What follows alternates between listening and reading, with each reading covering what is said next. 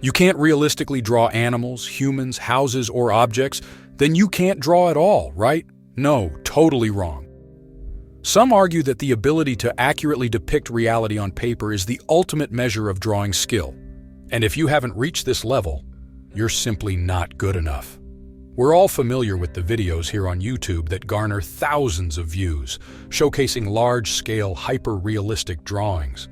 A lion's head here, a cascade of hair there, and at first glance it's incredibly impressive. We then think, wow, I could never do that, or how does this person do it? But here's my bold claim. None of this has anything to do with being able to draw.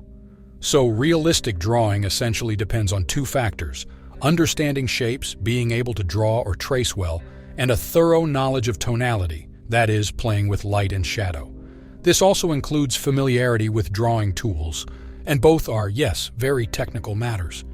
But fundamentally, what matters here is what you have defined as realistic for yourself, and what you aim to achieve. Because ultimately, realism is just one of many paths for your art. So if you're stuck with realistic drawing, not making progress, and somehow struggling with it, I have here for you the 3 central points why this might be the case and how you can deal with it. Point 1. Creativity or reproduction. Realistic or even hyper-realistic drawing focuses on the precise reproduction of reality or realistic references.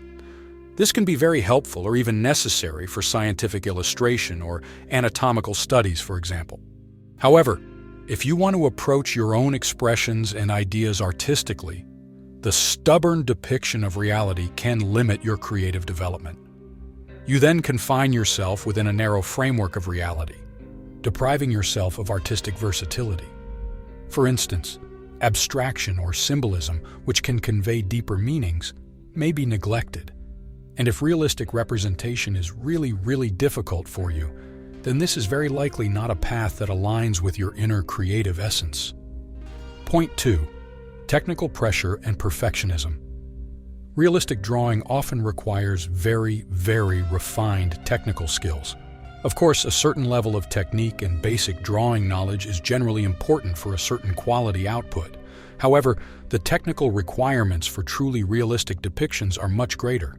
This can lead you to focus your energy on perfectionism, details, and a few accurate techniques. This can generate immense pressure and lead to frustration if success is elusive. So if you're just starting out or want to get back into it after a long break, it's better to engage in experiments and try out styles and various materials. This way, you can more easily delve into an expressive form that suits you, flows relatively effortlessly, and offers you many possibilities. Point 3. Your lifetime. As mentioned in Point 2, achieving realism requires refined technical skills. And there are no shortcuts for these skills, only constant practice. And this craft often requires a considerable time investment, which should not be underestimated. Often this investment also requires a dedicated space to work in peace. This is not always possible and makes flexible work experimentation almost impossible. Additionally, certain techniques may require working on them for several hours at a stretch because, for example, preparations, such as technical planning, take up a lot of time, or because the colors would dry out otherwise, or because the learning effect or flow only kicks in after a longer period.